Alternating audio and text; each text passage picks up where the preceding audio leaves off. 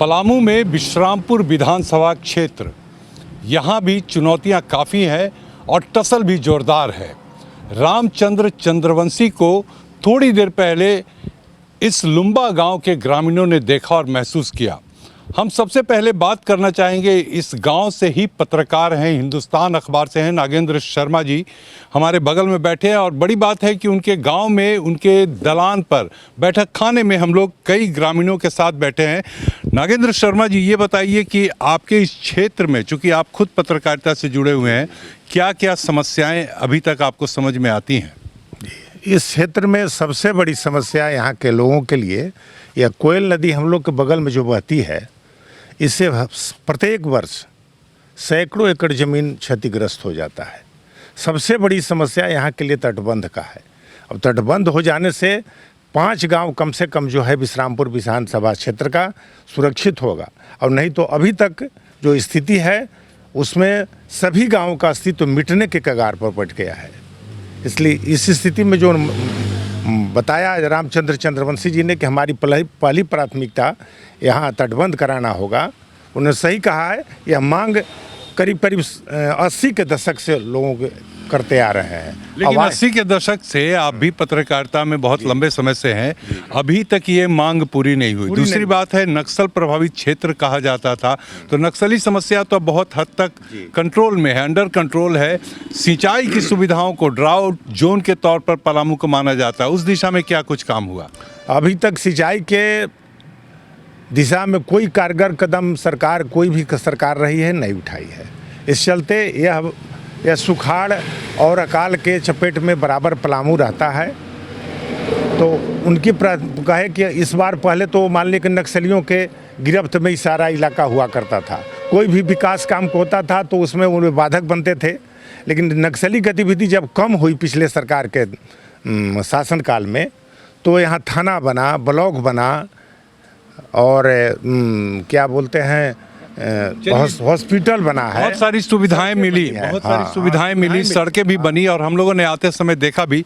नागेंद्र शर्मा जी, आपको जानना चाहूँगा, चूँकि आप पत्रकारिता से बहुत दिनों से जुड़े हुए हैं, हाल के दिनों में हेमंत सोरेन की सरकार ने जो मैया सम्मान योजना, जो मास्टर कार्ड कहा जा सकता है, बीजेपी ने गोगो दीदी योजना, जो आधी आबादी को लुभाने के लिए एक प्रयोग कर रही है, तो वाकई में ग्रामीण क्षेत्रों में आखिर क्या लगता है कि महिलाओं का मिजाज क्या है, युवाओं का मिजाज क्या है, बुजुर्गों का मिजाज क्या है, क्या लगता है? देखिए, बात है कि यह सब जो अभी मैया योजना चलाई है हेमंत सरकार, उससे ज़्यादा प्रभाव ग्रामीण क्षेत्रों में पड़ने वाला नहीं है।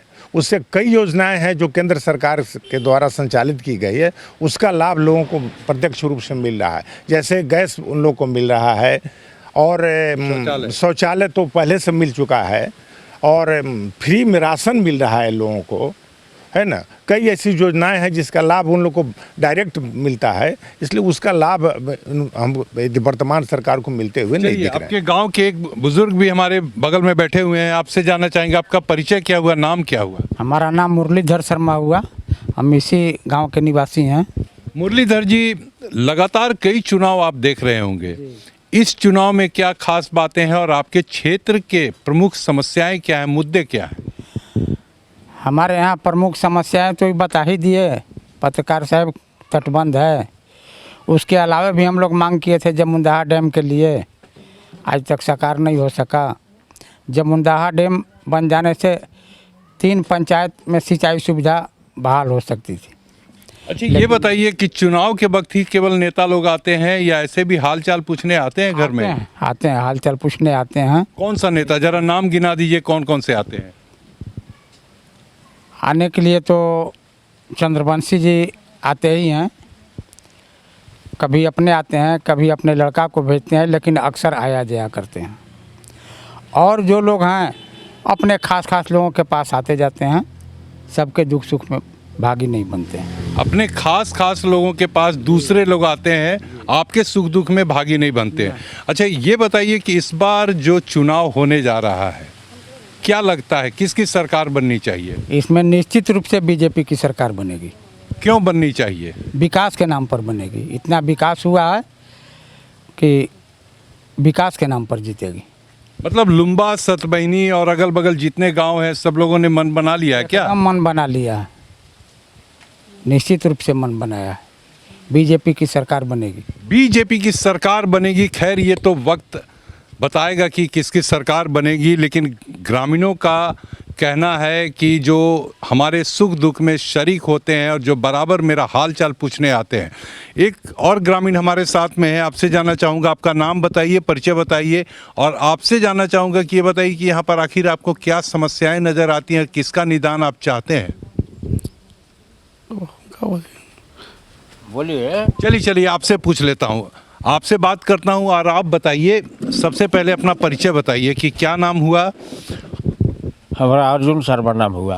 अर्जुन जी, ये बताइए कि आपको क्या लगता है कि इस बार कौन कौन से मुद्दे हैं, कौन कौन सी समस्याएं हैं जो जनता जिसको समझ के उस पर वोट करेगी? हमारे के यहाँ विकास जो हुआ है, विकास के नाम पर वोट करेंगे, बीजेपी को ही वोट पड़ेगा। हेमंत सरकार ने क्या बढ़िया काम नहीं किया? कोई वैसा काम नहीं हुआ है, वैसा कोई काम नहीं हुआ है।